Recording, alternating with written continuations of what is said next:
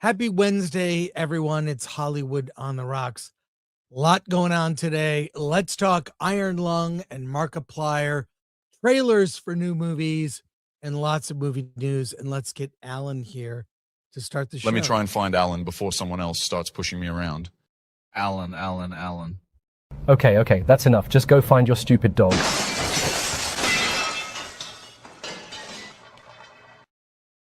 Why does that happen? What is going on?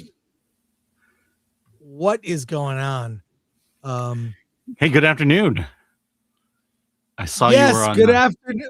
Yeah. You look lost for a moment. I saw you bit on the news. Yeah.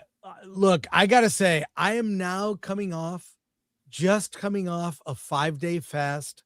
Never done it. Doing it for health. I went from, just to tell you, and do not do this, do a long fast without like doing a lot of research. I did a lot of research. I had drinks with electrolytes. I had black coffee, no cream. I was very strict. Went for 5 days. Went from 186 to 174. I'm sure I've gained some back. I know I've gained some back. But yeah, I was a little out of it last week, but I'm back. And I have coffee with cream. So there you go. Oh, man. I don't think I could do that. Look, I've done 24-hour, never done 5 days. Yeah, man. My girlfriend did longer. She did like almost 6 days. Yeah. Chinese love food. Let's just put it that way. Yeah, there you go. Before we love get carbs, we love meat. Carbs, all that good stuff. Oh, yeah. And before we say hi to everyone now, some sad news. James Van Der Beek passed away. 48 years old, very young, of cancer. And Joseph Kahn posts, had the pleasure of working with James Van Der Beek on Power Rangers. Joseph Kahn did that Power Rangers proof of concept a while back. Mm-hmm. There's a shot in here where he lifts his boot on the table and the camera spins with him. He smiled approvingly when I blocked it and played to the camera. He knew he gave me his time and support graciously. Thank you, James. R.I.P. So a lot of people doing tributes online. Yeah. To James Van Der Beek. I saw him at the San Diego Film Festival a couple years ago, where he was receiving an award at the film festival. Yeah, one of those things, and gave a great speech. He was never very super political, which tells you a lot. He didn't lecture, just seemed like a decent family man. Success early in life, and it's tragic. And Dawson's Creek, whatever you think of it, was very innovative at the time. And yeah, in fact, they made a Star Trek version of it. Yes, called Starfleet Academy. Yeah. Don't remind me. Why are you ruining my tribute here? With that, but he I'm just saying what people are thinking. That's all. I'm just saying Dawson's Creek was also kind of a reference for. Well, it's kind of the Dawson's Creek. It's there was an episode of Dawson's Creek actually, where someone's wearing a Film Thread T-shirt. Yeah. So we make of that what you about will. that a week ago or so. Yeah. So, but very tragic. Mm-hmm. Let's see who's here. Let's talk to people here. Yeah. Hey, Wes. Hey, Wes Reviews. Hail, a stream on my birthday you guys shouldn't have. We did it just for you. Happy birthday, Wes_reviews. May it be an excellent birthday. Pour one out. Maybe an old-fashioned or whatever your poison is. Your poison might be hot chocolate. No. I don't know. From Gabe Splint. R.I.P. Dawson's Creek, James Van Der Beek. Yeah. Too young, 48. That's not. 48 is young. MK Solid. Alan, why is there an Asian woman in Wuthering Heights trailer? Asians in Victorian England. Diversity. That's why we love diversity.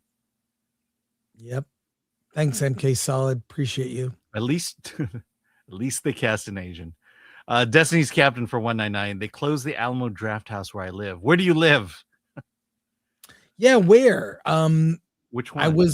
Last night I was at the Alamo Draft House. Oh. Saw a movie there. It seemed very crowded for I don't know, Tuesday. Let us know. Let's see. Matthew Hammond for 2. Roger Avery's Rogan appearance just dropped. That's great. I believe you asked that on the. I think I asked him, when is it coming out? He says, I don't know. Drops today. Roger Avery will be on Film Threat coming soon. Yeah. We've been maybe as early as next week. Yeah. I saw his first appearance with Quentin Tarantino, which was very good. Yeah, there are other thanks Destiny Captain West 24/7. West Texas. A lot of theaters are struggling. Mm-hmm. It's very sad. Really sad. But Lord Thoth. Yes, like, share, subscribe, hit that bell for notifications, sign up as a member, join us on X, Discord, Rumble, and Instagram, and buy our merch at shop.filmthreat.com. We've got Award This merch, Film Threat merch, The Final Frontier, Star Trek, very sad, and Film Threat is for lovers. A perfect gift for Valentine's Day. Alan. Yes. Perfect. You just reminded me it's coming up. Yeah, I know. I'm just now thinking, oh yeah. It's Saturday. Yeah. All right. So I'll get on it. I know. I'll get the question on for it. me. The question for me is, am I going to see Wuthering Heights twice? Yeah. No, I'm seeing it tomorrow. I committed. I'm doing it. I committed. I guess what's sadder, you have to see Wuthering Heights with your significant other, or you're seeing it alone. Well, apparently I'm doing both. Oh my gosh. The movies my wife makes me see. Well, do that for work. But a lot going on, Alan. A lot going on. Let's get to it. I saw this movie at the mystery movie at AMC on Monday. Nirvana, the band, the show, the movie. I'm going to tell you nothing about this movie because, Alan, you have to see it. Yeah, I want to talk to someone who appreciates comedy to see this very original, Jackass inspired, Back to the Future inspired, improv comedy inspired movie that don't let the title fool you. Nirvana has nothing to do with this movie, like zero. But I've got the trailer here that'll give you a taste. Not gonna give a lot away at all. It doesn't matter. I saw it with a packed crowd and they went. I have not heard people laugh like that in a theater I can't remember. Let's watch the trailer. Very short. Jay, I figured it out.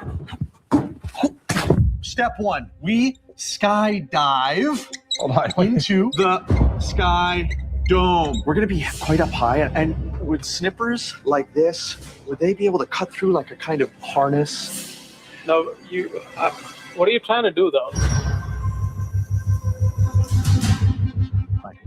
Is this the line to get into the CN Tower? I think so. Thanks a lot. I've got to jump off it, actually.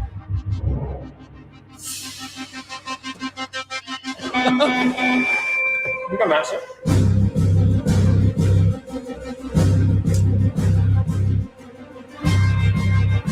Oh.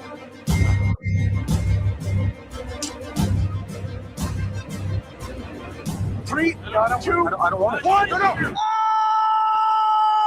Into the open dome. We're coming in. We're going to have the peace signs Okay, hold on. as we float in.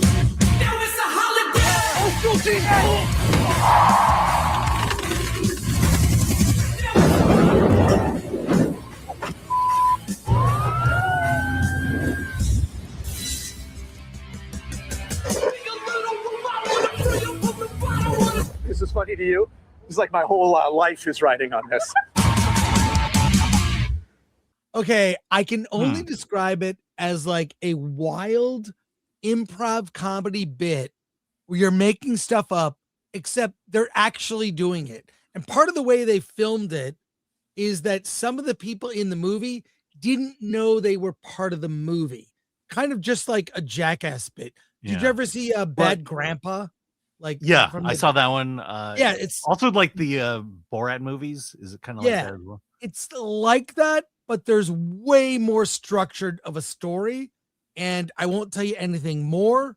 I can't wait to talk to you about it. Yeah. I want to see it again. And I can't believe I've seen two movies worth your time. And we're in February. That's Good Luck, Have Fun, Don't Die, and Nirvana, the band, the show, the movie. In fact, they're coming out the same weekend. Yes, the same weekend. But this is from the guy who directed the movie Blackberry. I'm not sure if you saw that one from a couple of years ago. I quite enjoyed Blackberry. But this is very different. I will say no more. But we have to discuss on Friday. This is the audience I saw it with. You know, you go to those mystery movies. I've gone to the mystery movie where people get up and walk out. They just get up and walk out. Yeah, I've done that before. I've done that before. Because I'd seen the movie already. That's that's happened to me. But I don't want to say anything. There is a joke that tells you there's a joke in the movie that tells you everything you need to know. And we can discuss, because it happens early in the movie, we can discuss that joke. We'll talk about it on Friday. I cannot wait to talk to you about this film, Alan. Okay. And you do have tickets, is that right? I mean, I'll get them. You have to get them. Look, the question is, do I see Wuthering Heights first or do I see it after? Well, I'm seeing it, and I'm going to see Good Luck, Have Fun, Don't Die a second time. Yeah, because I want to see it with an audience. Yeah, I'm going to take my daughter to see that over the weekend. Great. Since I have seen it. Can't wait. It's a great movie. It's a great movie. The best movie so far this year. All right. Alan, you are breaking up. I am breaking up. Yeah, but it's not that bad. It's only happening a little. It's all good. Don't worry about it, man. Just tell everyone in your household to stop using the internet. Yeah, I'm sure it'll I'm getting fiber tonight, and higher speed internet. I was gonna say, is it Raisin Bran from the Shed? Oh my god. Here we go. All right, Bush and Ryu Cat for 5. Have you seen the trailer for Kokuho? It is about Kabuki and it's lit. Also, R.I.P. James Vanderbeek. I did see the trailer. It's weird. I don't know what to think of that movie. I don't know what to think, but I have seen it. All right. So yeah, R.I.P. James Vanderbeek. And Jean-Hu gifted 5 Film Thread memberships. Thank you, James. Appreciate you. Appreciate you quite a bit. Let's get to some other stories we have for today. Here we go. Film students can no longer sit through films. This is very sad to hear. This is from outlet here.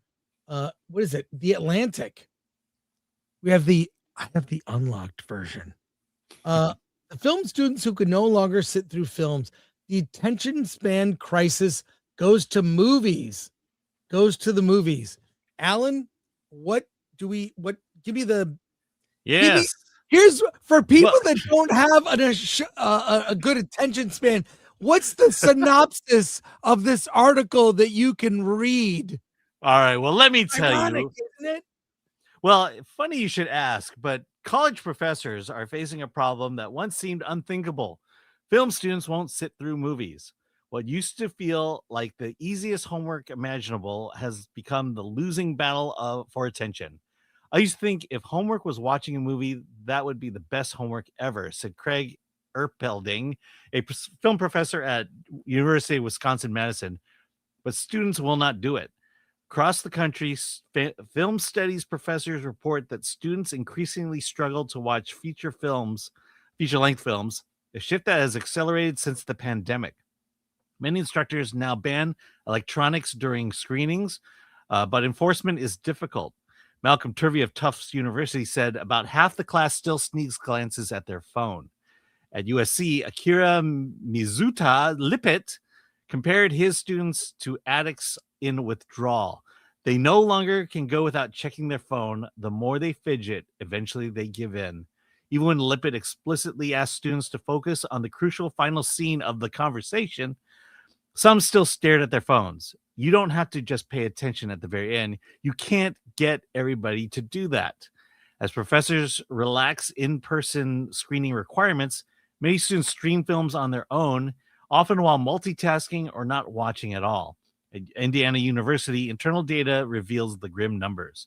Fewer than 50% of students even started assigned films, and only 20% finished them.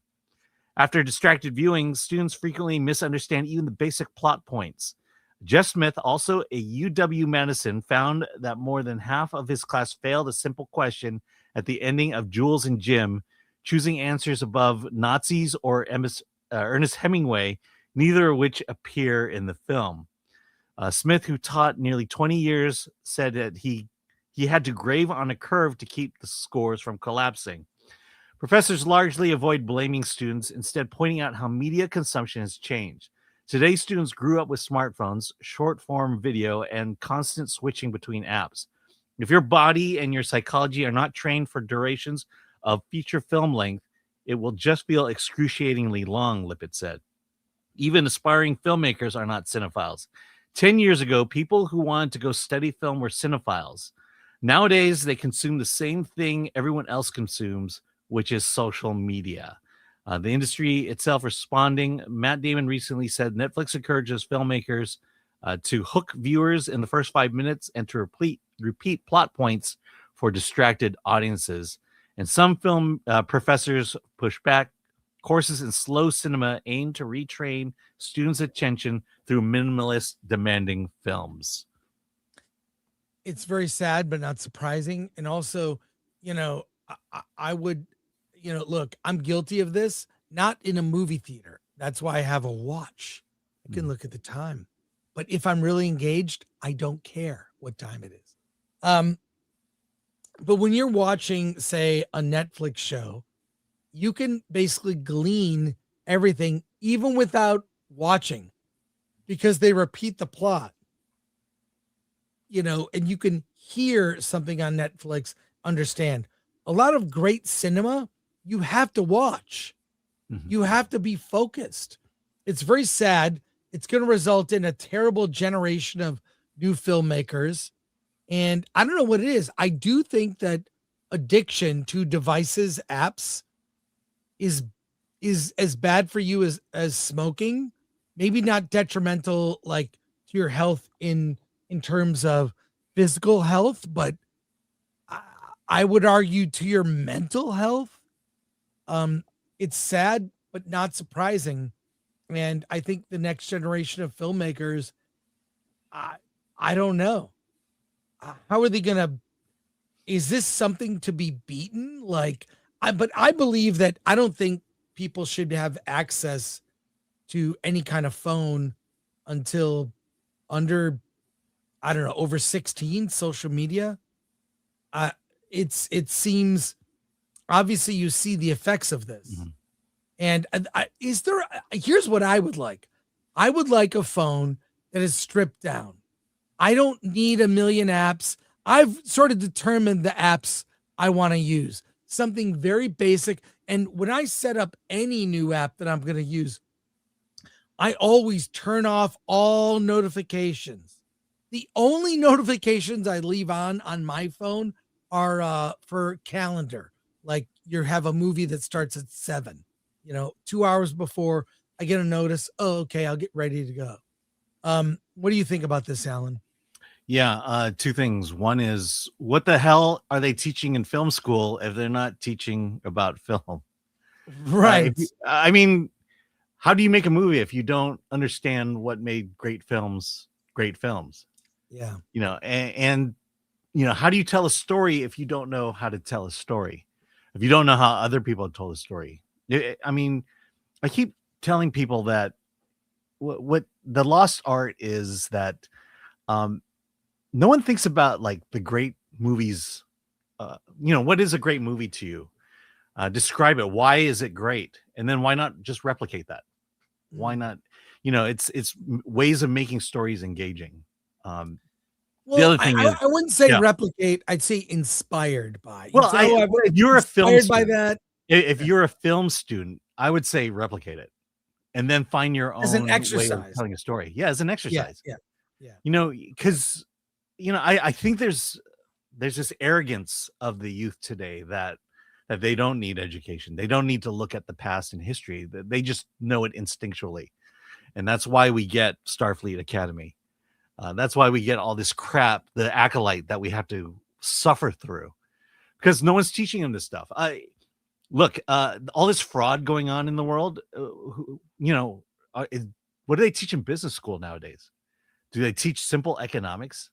To me, the idea that that people are taking government dollars and wasting it, it just shows you that there's just this ignorance people have of pure economics, of simple economics. And then the second point I want to make is, we need to start weaning ourselves off of the phone. We need to, I wouldn't say just go cold turkey, but understand that, we need to be able to put our phone aside for a couple hours and not go to it and not always be tethered to it. That's why I actually enjoy going to the movies on, I'm at the movies 3-4 days a week, or 3-4 screenings a week. Well, when we were doing the Critics' Choice Awards, they sent us screeners of all the movies, and I was like, I can't watch this stuff at home. And, I prefer for the majority. I maybe saw 4 or 5 movies off of that app. Otherwise, I either went to a screening or went to see it in the actual theater. Because I just can't avoid the distractions and the temptations of those distractions. Hamnet. Oh my God, I couldn't watch that at home. I agree. Hey, let's get to some other topics here. We're gonna have a shorter show today, but this early pitch of Star Trek. So Razor Fist and this is to proceed. You have news on the new episode of Star Trek. Yes. But this early pitch of Star Trek was uncovered by our friend Razor Fist. Shout out to him. It's from the Jamie Kennedy Experience. It's a 2-minute clip from the show. I'll share it full screen here right now. You've got to see this. So Razor Fist says a hidden camera gag on the Jamie Kennedy Experiment, which I love that show. Yeah. Accidentally predicts Starfleet Academy 20 years ago. Let's watch the whole clip. It is 2 minutes, but watch this. This is the Rick Berman writer's room, and they bring in Jamie Kennedy to pitch the writer's room. Yeah, as he's disguised as a writer schlub. A writer schlub guy. So let's watch this. I may pause it, but check this out. You know what you should do, seriously? It's an open discussion, and I'm I'm sorry. sorry. You're absolutely right. Like the first series, forget that. Throw that in the Star Bitch. You know what I'm saying? And what you should do is you need to get in touch with the younger demographic to high school. Okay? So it's like Star Trek High. This isn't the WB. I mean, no, who watches that? not me. Exactly. No one does. Especially on Thursday. You take Wesley Crusher. He's got his makeup, he's got false teeth and like a fake nose. Yeah. I gotta back it up. Okay, let's watch it, especially on Thursday. He's making a joke. Because their show was on Thursday. So all right, let's keep watching. Especially on Thursday. You take Wesley Crusher, he gets zits. No makeup? No makeup. He looks great. No, I like this idea of a younger demographic being pulled in. well, they originally there was an I don't mean to interrupt you. Oh, I'm sorry. I'm so sorry. Can you come with me for a sec? I want to just quickly come with me, Leon. You guys keep talking. I just want to. Come on, dude, pull me out of here. No, I want to run this thing. Okay, so he walks out, and now they don't know that they're still being. It's obviously it's all uncovered, but these are the writers after he leaves the room. Yeah, these are Star Trek writers. Yeah. That is the worst idea for a Star Trek show that I've ever heard in my entire life. I mean, it's so bogus. I mean, are you guys? I mean, am I right? Is that? Oh, you're absolutely right. Yes. All right, so I'll call back. Hey, What's so up, Jay? well, I think that he had a really great idea. I think for That's a horrible idea. High school. I like Leon's idea so much that I called Rick Berman. Just so you know, Rick Berman is the executive producer of the entire Star Trek franchise, and he's a god to these guys. What you kidding? And Rick Berman loved the idea, and he's talking to Leon in the office right now because In my personal opinion, that guy's crazy. I think I think he's mentally he had unstable. some facts wrong, but Wrong? he did. Wrong? He called him a gay horse, for God's sake.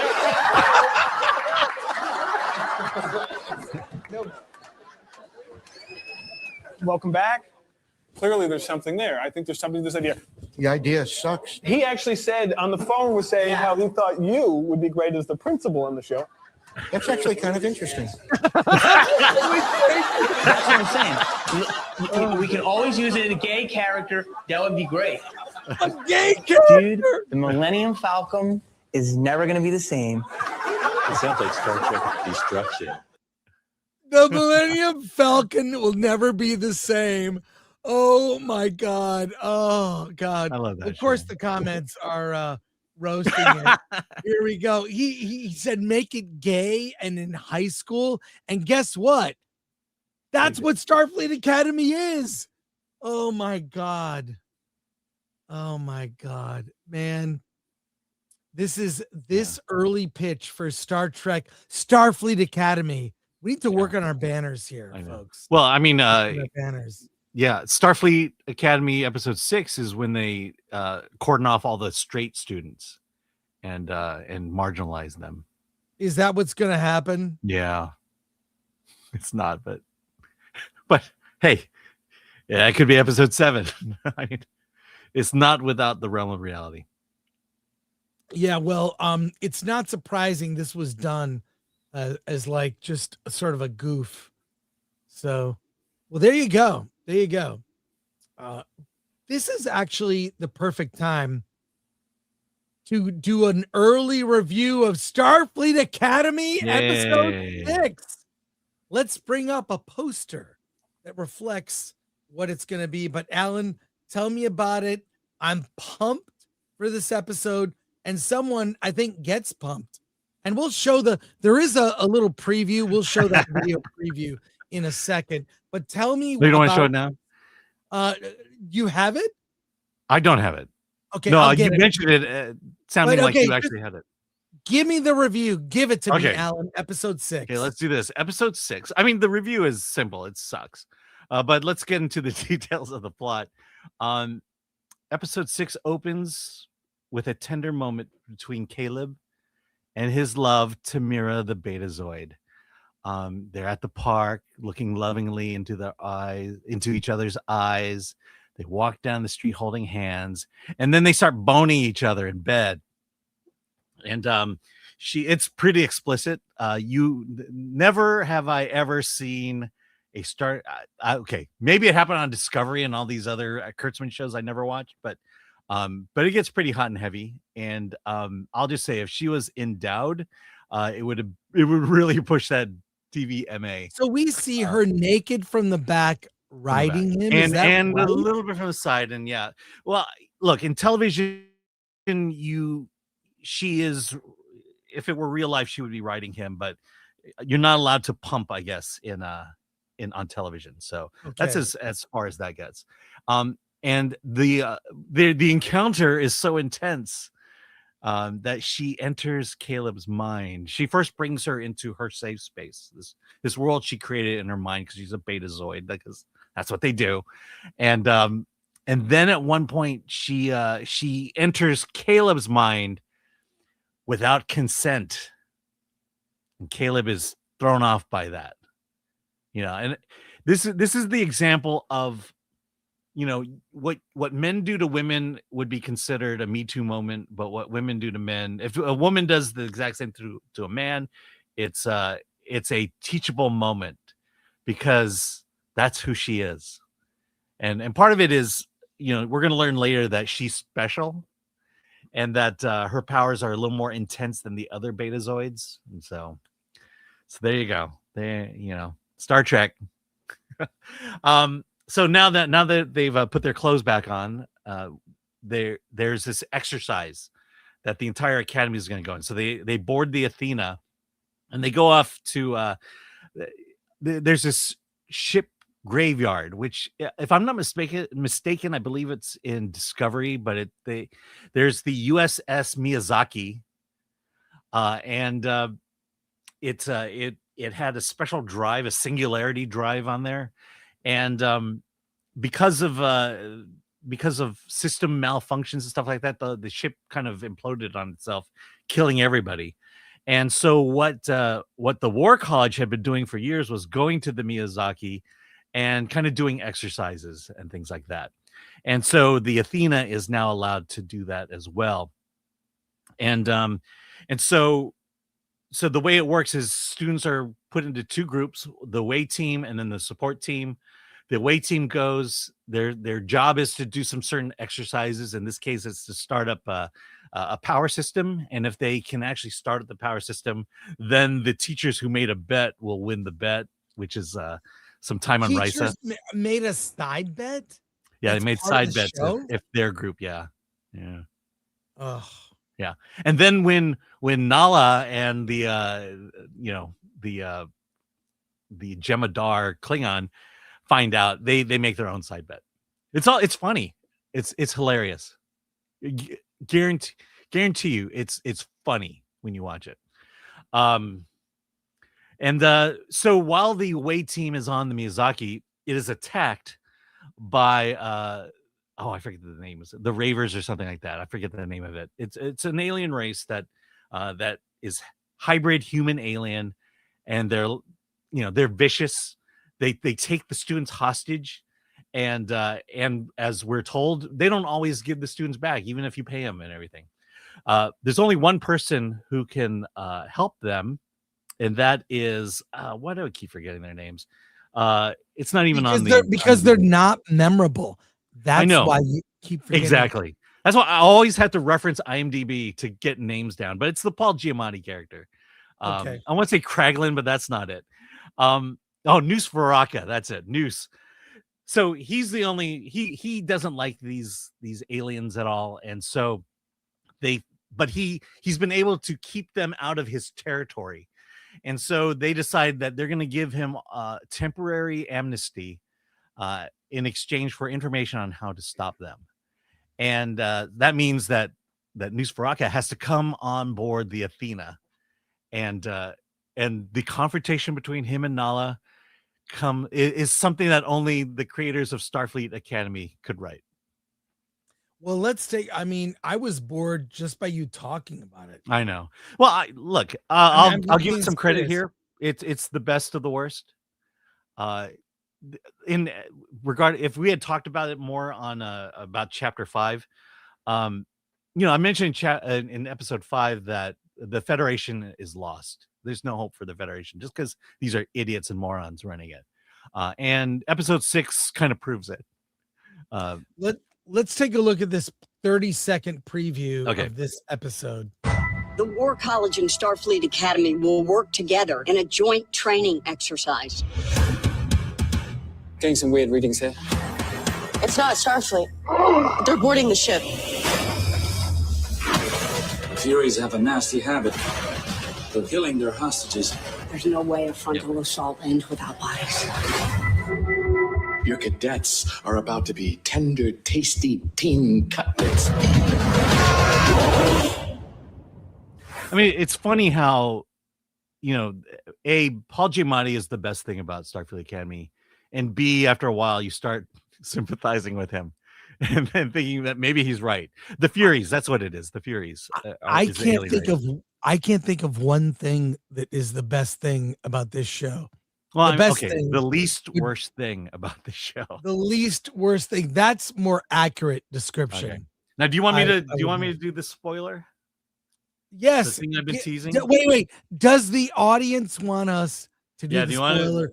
wise. I mentioned that you saw that there's a Vulcan student there. Yes, the there's a Vulcan Vulcan. student says the worst thing imaginable, and when you watch it, you will scream in agony.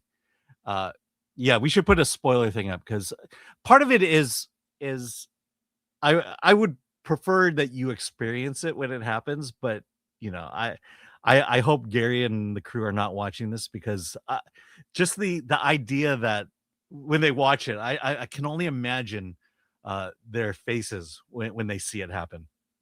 So we have spoilers here. You are warned. I do it now because I assume you're not going to watch it, but it's amazing. Okay, so here it is. Here's the spoiler. The away team. There is a Vulcan member on the away team. A student. It's a Vulcan student. And there's a teacher there to guide them, to kind of show them what to do. And then during the attack, the teacher sacrifices his life for the students. And guess what the Vulcan says? What? Guess. The needs of the many outweigh the needs of the few. Or the one. No! Are you kidding me? No. I guess. I'm not kidding. Oh. No! Con! Oh my God. Oh my God. So you thought Master Debater was bad. I mean, all right. Now watch what. Now watch Gary, watch Az, watch Disprove, and their reaction to that line. That is the worst thing I've ever heard. That is all god awful. Yeah. Oh my God. I don't see how you recover from this other than ignoring it and making a new Trek series that is a starship going somewhere that maybe there are a few familiar things. Just tell me the story of a new crew or maybe a different crew in a different, maybe you got to go prequel, an earlier prequel. I don't know. Or maybe you just take the idea seriously and not even shove it better. with so many member berries.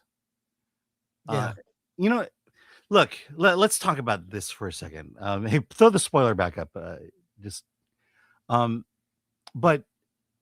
I mean, when you heard that first line, what was the context and what did it make you feel when you heard that line being said in Wrath of Khan? Oh, my God. It's great. I mean, it was poignant. It was somewhat devastating when you heard it. You saw Spock in a whole new way. And now they do this. A teacher, an actor who was only in this episode, so red shirt. And we get to deliver that line and the impact of it, which is basically there's no impact because you never knew this character. You know, it's not like you spent years understanding this character, and now we're attributing that line to it. I mean, the depths this show can just it's embarrassing. No. I don't know. How could anyone involved with this feel proud of it? I mean, I'm pretty sure they feel proud of it. I'm pretty sure everyone, and for some reason, people have to defend this. And I mean, you hate to feel like you're the only one, but I mean, I have to believe the majority of people who see this slop understand what we're talking about and why it's bad. And when you see someone say, "Oh, the chuds are coming after it," you understand why. So I made my daughter watch episode 4. Now, your daughter, it might be in the target demo. My daughter is the target demo. She's Gen Z. And she came screaming at me after 5 minutes. The whole hologram, the story of me and doing the dance. And I said, I don't talk a lot about this. I try not to feed her what I say on this show because I want to get natural responses. And her response is basically, she said that this show was written by a millennial to an audience they think that Gen Z is. that they think that this is how you reach Gen Z. Yeah. And it's like Gen Z would never watch this. In fact, now her friends actively resist watching this show. Now, this is anecdotal. Your daughter is Yes. one person, but I see almost no one. I don't see positive chatter, not positive chatter at all. So, yeah. I mean, when you're watching the original series, when you're watching Next Generation, there have been episodes where it's over and you spend time talking about what just happened. And sure, they had some cool cliffhangers, like the whole Borg stuff, but there were messages and there were things being said about humanity. Like I described to her the episode of the original series about the Frank Gorshin one, where the black on the right side, white on the left side, and I described it, and she understood exactly what they were getting at, and why that episode itself had a profound effect on all of us, why we remember that episode, and why we talk about that episode, and how it relates to the world today. And quite frankly, it still relates to the world today. it does. Let's go to your comments about the previous news stories, then we'll get to our main topic. And we've got some more news. It's a big news day. Big news day today. Yes, Dark Hero fan found silent film restoration page on YouTube. I recommend it. Oh, that's great. I sub to a lot of very nerdy channels. That sounds cool. Silent film restoration. I mean, is that exactly what it is? I might look it up right now. Yeah. And add it to my. Is this a page of restored silent films? I watch channels that show like old school, like, Paris in the 1920s. And it's like they adjust it. They use AI to adjust it. Mm-hmm.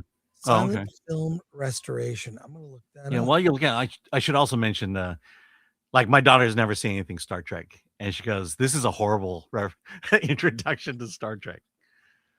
Yes.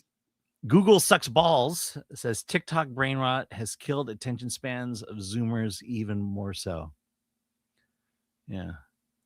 Yeah. It's kind of sad. All right. Found the channel. Yeah. Keep going. Just subscribe. Okay. I'll look later. Sorry, folks. Thanks. Okay. The Introspect M. The issue is they aren't really interested in making film. They just like the idea of making film. I think you're right.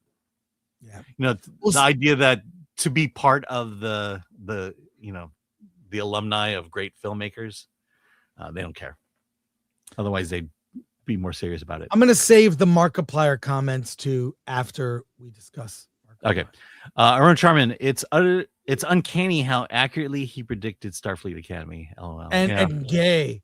And at the time they were laughing, and we'll make it gay. It's like, haha, that's so dumb. Like, it's very gay show. Bill S. Preston Esquire, that's a real TikTok. I talked to your boss. He liked it. What?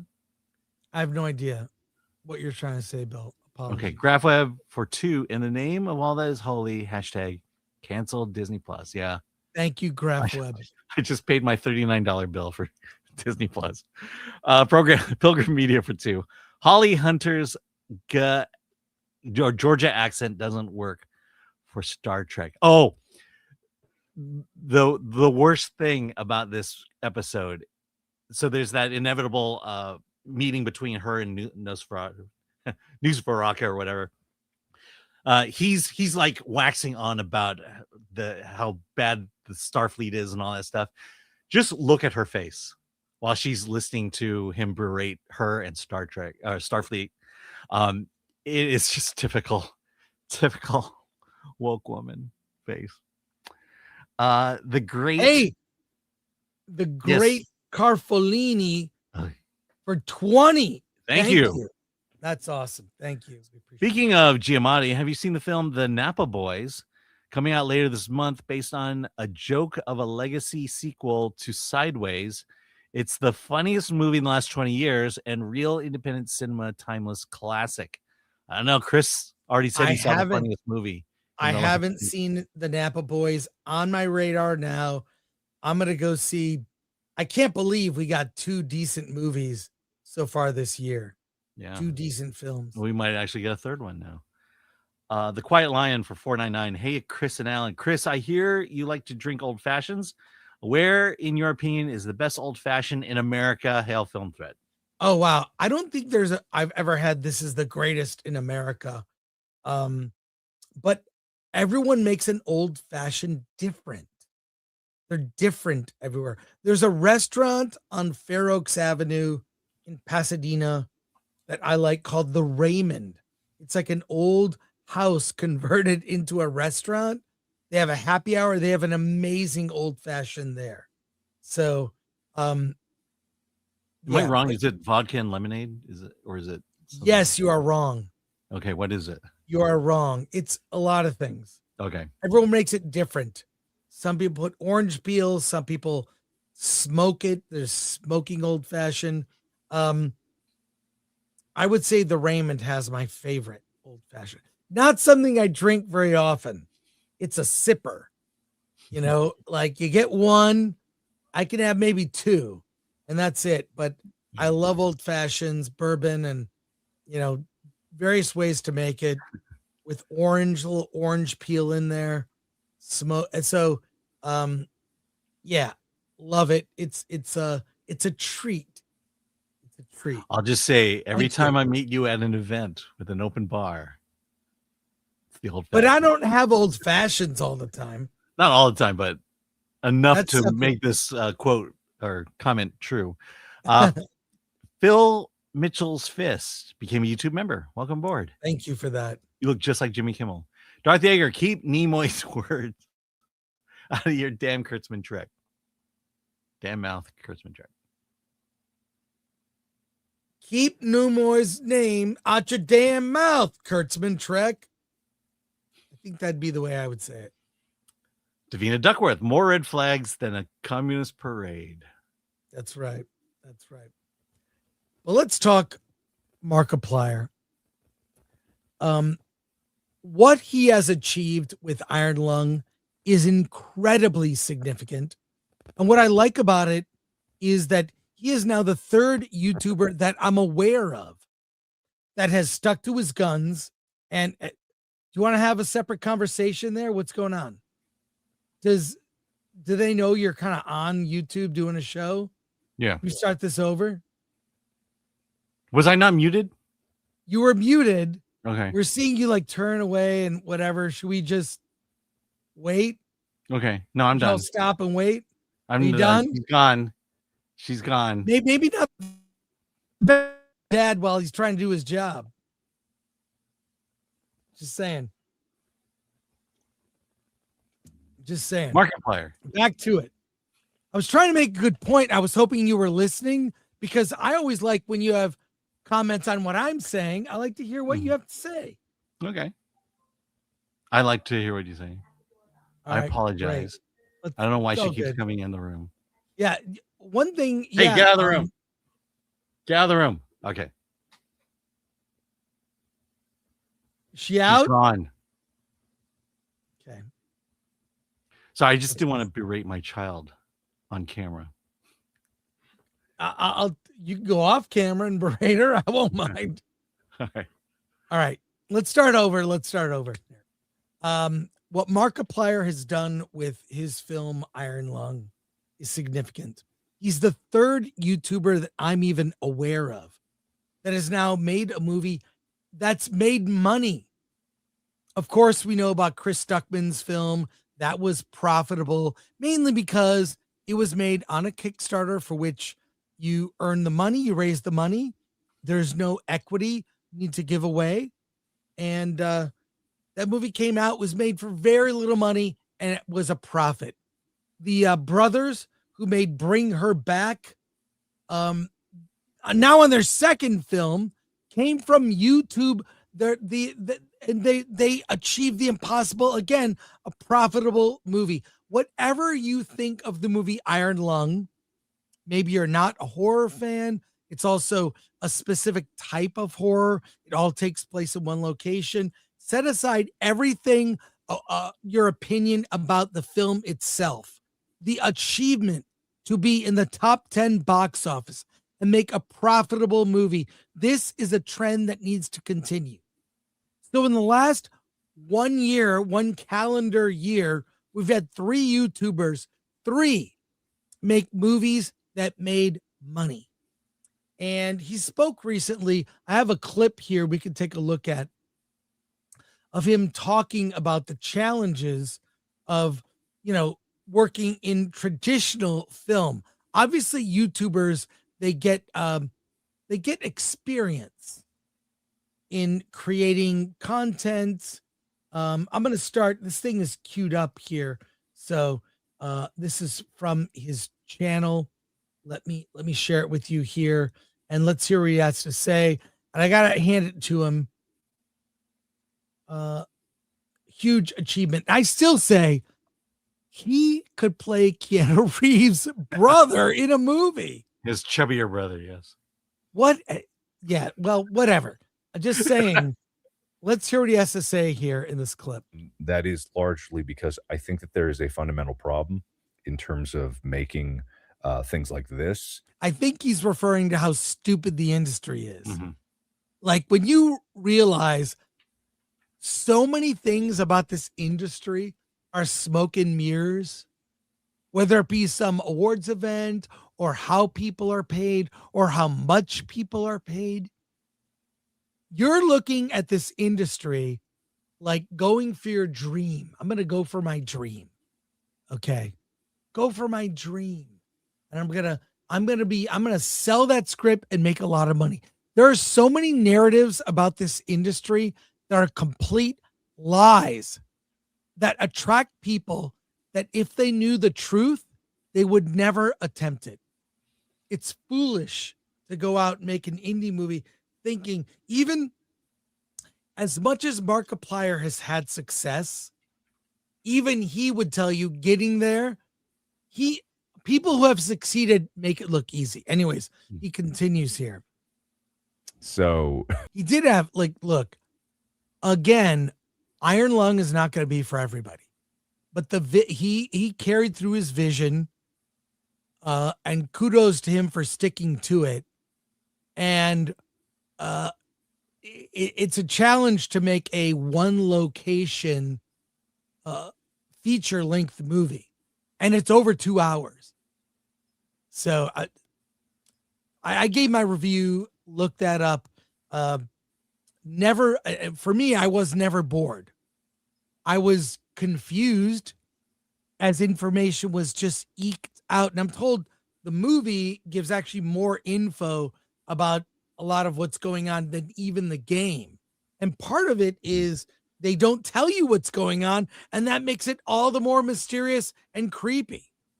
So if you have any comments, Alan, please stop me. But I think to his point, and we talk about it constantly, but for some reason in everyone's mind is somehow Hollywood has become the gatekeeper of making movies, and that you can't make a movie unless you do it through Hollywood or unless you have some big studio doing it.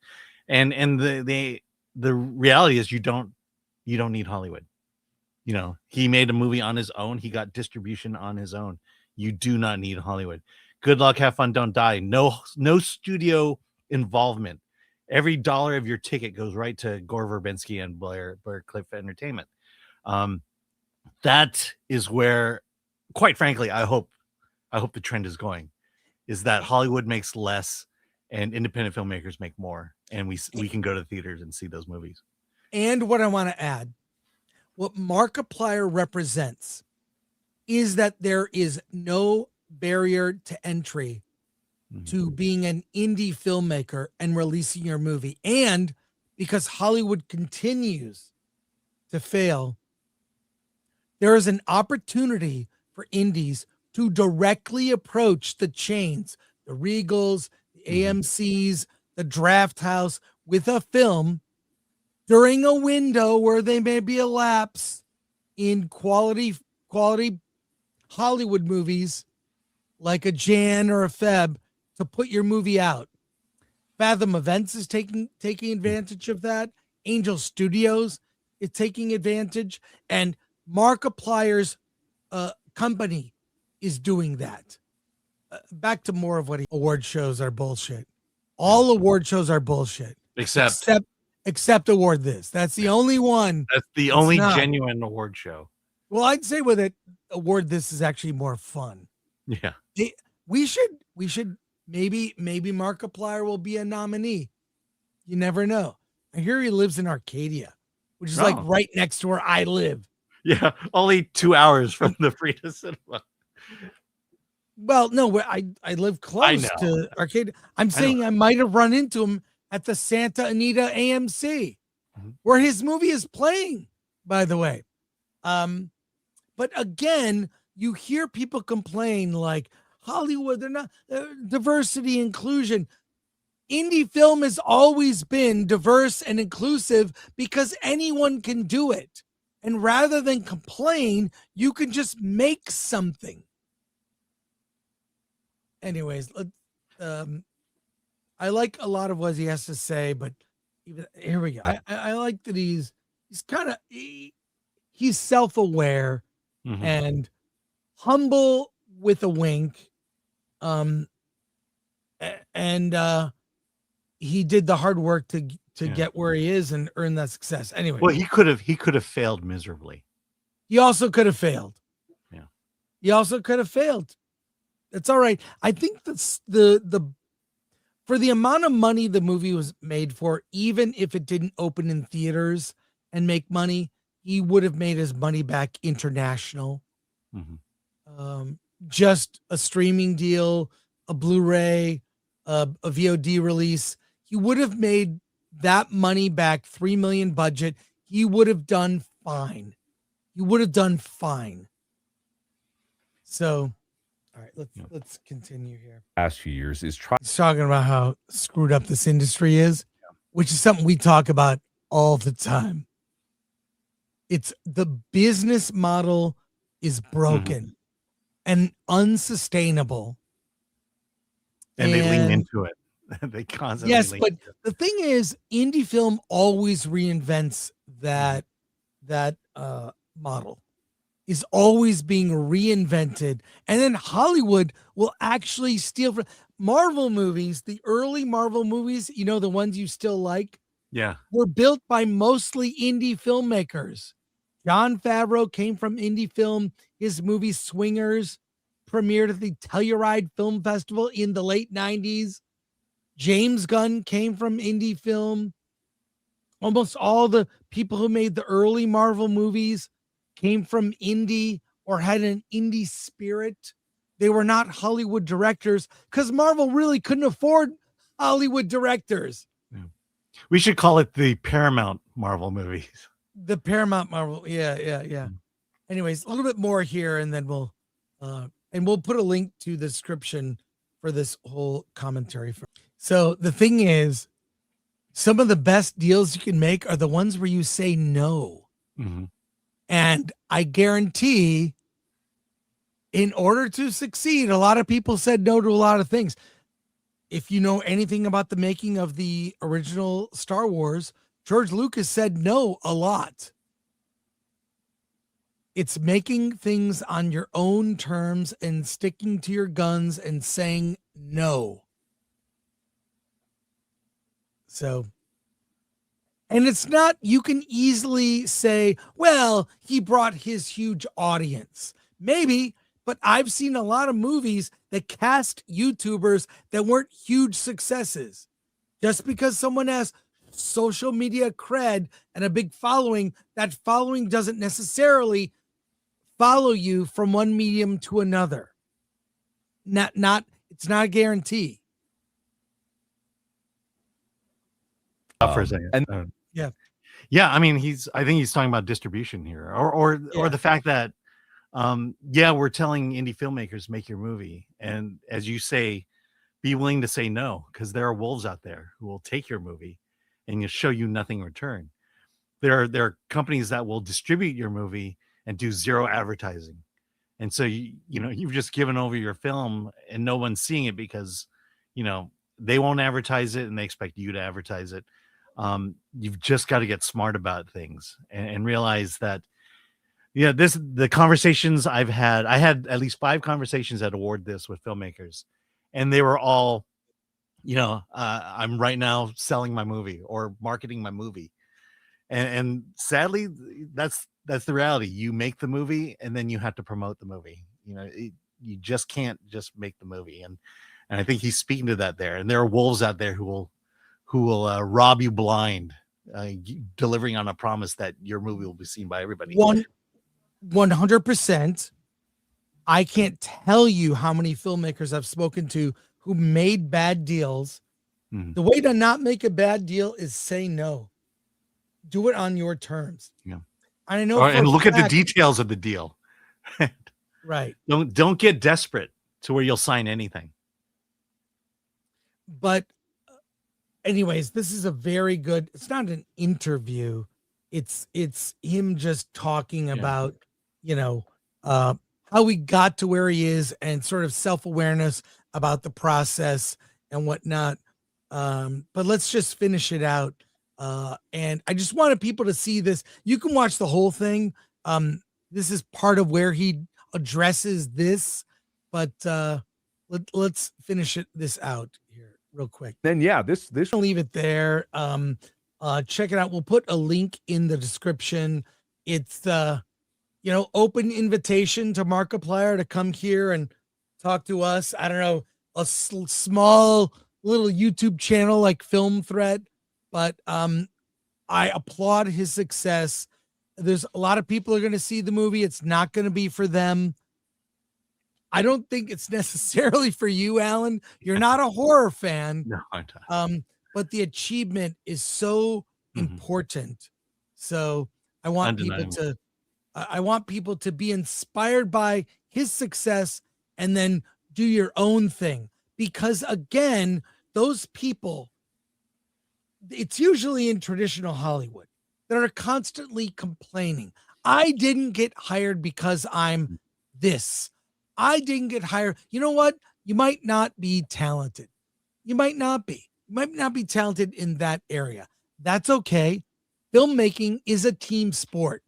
Hire the people that complement your weaknesses. And if the people are closing doors that are in Hollywood, there's an indie film, there is always an open door. And so I love seeing more and more of these stories like Markiplier, like Stuckman. Love it. I love it. I want to see more people succeed on this level. Yeah. I'll say this to everybody. You have 1 year. If we're right and there's going to be another strike from the writers and the actors, you have 1 year as indie filmmakers to get your act together and be prepared for when that strike happens, to have your film ready to go. And you have quite a bit of leverage. In fact, more leverage than you think you have. I think if Hollywood goes on strike again, I would just say good. Just destroy the whole system, because it's the final nail in the coffin. Yeah, because you're gonna tear down the importance that the movie studios have, and B, the other thing is the unions. I think the unions are in trouble now if they go on strike as well, and that's another way in which you can rethink how movies are made. And so just be prepared. Now, if it looks like we're heading to a strike, be prepared. Strike while the iron is hot. And it's only going to accelerate AI. It's only going to accelerate it. So, hey, let's go to your comments on this story, and then a couple more, and we're going to wrap up. A lot of fun today. Yeah, I'm having fun. Let's go to. Here we go. So that's the Shadowcast. Gift of 5 Film Threat memberships. Thanks. Check out. We've got some new members only video. Yeah. I went to Norm's for a special gathering celebrating good luck, have fun, don't die. I went to Norm's. How was it? It was great. They had pancakes. I love Norm's. Gravewalkers. Markiplier has more to teach than these fake film schools. Yes. What is the value of film school nowadays? Is it worth the money? Generous. This is great. Yeah, Phil Mitchell's fist for 20. Thank you, Chris. Been a fan since Attack of the Show. Thank you, Alan. Sent prayers when you were sick. Appreciate you guys' work. Keep it up. Just for clarity, I wasn't sick. It was my wife who had an appointment. And Thank you, Phil. That's very generous. Hey, Oliver. Oliver Lavery Frog for 999. No matter what you think of the quality of Illinois, Iron Lung, the Iron movie we were Lung. just talking about. The real impact might be that this movie is building a track record that can give more confidence for theaters and financiers to have in indie filmmaking. It's the future. Mm-hmm. Oliver, it is the future. Thank you. Pilgrim Media for 2. Mr. Ng, where's your dog? She is with my wife, ironically. Well, I like your dog. It's very quiet. It doesn't interrupt the show. Your dog's great. Unlike my child. Who understands English, apparently. I thought she did. Garth Knight returns. Spoiler alert, Markiplier is Alan's illegitimate son. That's not true. Is that true? No, because if he was my illegitimate son, it would be Markiplier. Markiplier. A red French moon, member for 24 months. A heart emoji.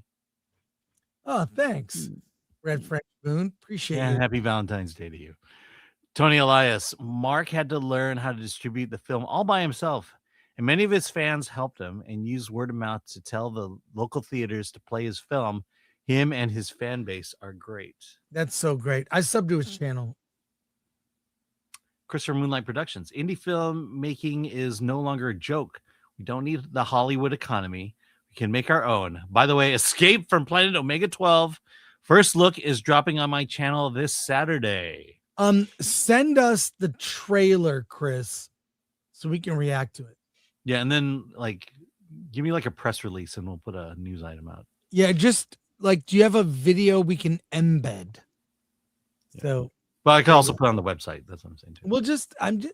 We should have this conversation. Chris, just email us. We'll take care of it. Hey, couple more quick news items as we wrap up. Alan, Snow White, the reported losses continue. $170 million. Let me bring this up from Forbes. This is insane. This movie continues. It's like it continues to fail. But I've got the story here. What are the salient details? All right. Well, new UK financial filings reveal that the film's total production costs reached $336.5 million, far exceeding its original budget and making it more expensive than major Disney hits like Rogue One, Guardians of the Galaxy, and even Beauty and the Beast, which grossed $1.3 billion. At the box office, the film underperformed. It opened at $87.3 million worldwide, below projections, and finished at a $205.7 million global, ranking as the fifth lowest grossing film of Disney's 21 live-action remakes. Adjusted for inflation, older titles like 102 Dalmatians and Christopher Robin ultimately outperformed it. Only 1994's The Jungle Book earned less without the excuse of global crisis like a pandemic. Because the film was shot in the UK, the true cost became public through required financial filings of the government's audiovisual expenditure credit, which reimbursed Disney $64.9 million. Yes, Brits, that's where your tax dollars went. With theaters typically keeping about half of the ticket sales, Disney likely received around $102.9 million of global gross against net costs of $271 million. That suggested estimate of $169 million loss from Theatrical. Well, this is, obviously it's a disaster creatively. Mm-hmm. It's, Razzies. It's going to sweep the Razzies. I don't know if those have been announced yet. But Alan, are you surprised? How does a company like Disney absorb that? This came out at a time, it was last year, but it seemed like the way Disney fixes bad movies is just throw more money at it. And they threw a lot of money at this. They threw a lot of money at a lot of movies that just didn't do well. And ironically, I think it's the movies they don't throw money at that does better. But it's not hard to believe this. and it also tells you got to be careful who you cast and what and how vocal they are to the world. Yeah. I obviously Rachel Zegler, I think she is. I mean, no one's gonna hire her for a big movie, not a spectacle film, not like not anything north of 25 million, 50 million. That she's done. She's cooked. It's over. Yeah, but look Over at for her. But this speaks to just the pattern Disney has. They have no ounce of originality or creativity anymore. And so just like Marvel, all we have to do is just make more superhero movies and we'll make billions of dollars. And we saw where that went. And now it's like, oh, well, we're almost through Walt's catalog. Let's just keep making live action versions of it. We'll make lots of money doing that. And they just hired from within to run the company. Nothing will change. Hey, I'm concerned about movie theaters. I'm concerned about the upcoming strike, but yet another threat to theaters is breaching the 45-day exclusive window. This is from Deadline. How this will devastate movies. When they say movies, they mean theaters. This is from Deadline, and you've got notes for this story. Yeah. Let me give it here. Yeah. So this is actually an opinion piece from Joseph M. Singer, who is a former producer and financier. So he says, I believe the global film industry is at its breaking point. The rush towards streaming and platform-driven business models is threatening the very system that has sustained filmmaking for decades. At the center of the crisis is the exclusive theatrical window, a period when a movie is only available in theaters before moving to cheaper formats.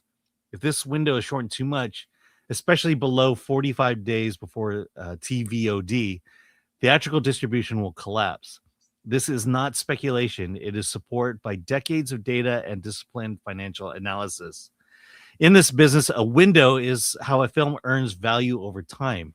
Movies are released in stacked sequence: theatrical, transactional VOD or rent or buy, pay one streaming, premium VOD, and then pay two and linear television.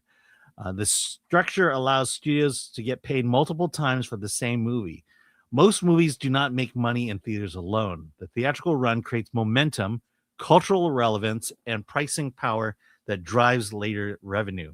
Without this system, films do not become durable assets. They become disposable content. Over time, the theatrical window has shrunk from 6 months to roughly 45 days. But on comprehensive industry data, I believe 45 days is the absolute minimum needed to protect theatrical revenues and downstream models. If films move to TVOD or streaming sooner, audiences simply wait. They stop seeing theaters as essential and begin viewing them as optional or overpriced. Even a modest drop in box office can turn a profitable film into a loss. When Netflix says it will protect the 45-day window, what it actually means is 45 days to SVOD, not TVOD. That's a distinction that is critical. Industry standards are 45 days to TVOD, 90 to 120 days to SVOD. Removing TVOD phase cuts the revenue cycle in half, and that difference determines whether theatrical survives or dies. If films move directly from theaters to streaming after 45 days, most movies will become unprofitable, and the estimated jobs losses would exceed 250,000 workers within 5 years, affecting exhibitors, studios, crews, and creatives. When the window is compressed, audiences are trained to wait. Box office revenue collapses. Downstream markets lose value, and film libraries are permanently devalued.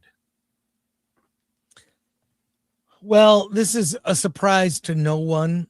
I mean, it's literally 6 weeks? Mm-hmm. That's it, 6 weeks. And they have trained audiences to wait. Also, I think part of this is economical. The economy, what are the first things that people cut out? Entertainment. And it should surprise no one that we're at a time now where theaters are gonna, I mean, we're gonna lose more theaters this year. Over the pandemic, quote, reaction to the pandemic, we lost almost 2,000 screens. Are we going to lose 1,000 more?